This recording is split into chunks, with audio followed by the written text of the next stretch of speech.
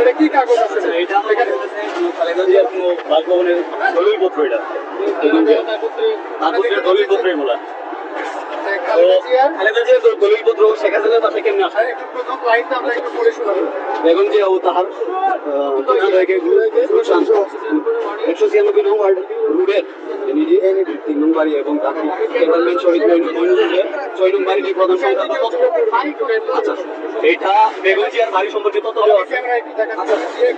এটা হচ্ছে বেগম জিয়ার ও তার পুত্রদ্বয়কে গুলশানস্থ 196 নং রোডের এনইডি 3 বি বাড়ি না এবং ঢাকা ক্যান্টনমেন্ট শহীদ মইনুল রোডের 6 নং বাড়ির প্রধান সংখ্যাক তথ্য।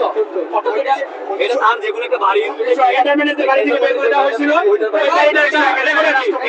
দেওয়া হয়েছিল সেই ডকুমেন্ট এটা, ঠিক আছে? ও তার দুই পুত্রকে নিম্নে উল্লেখিত সুযোগ সুবিধাগুলি প্রদান করা হয়। গুলশান মডেল টাউনে 196 নং রোডে এনইডিবি নং বাড়িটির মাত্র 101। ওদের বাড়ির যতগুলো তথ্য আছে সবগুলো এটার মধ্যে দেওয়া আছে, এভরিথিং। বেতন সহ কর্মচারী যারা ছিল তাদের বেতন এভরিথিং। আচ্ছা, আমরা পেজে ছেড়ে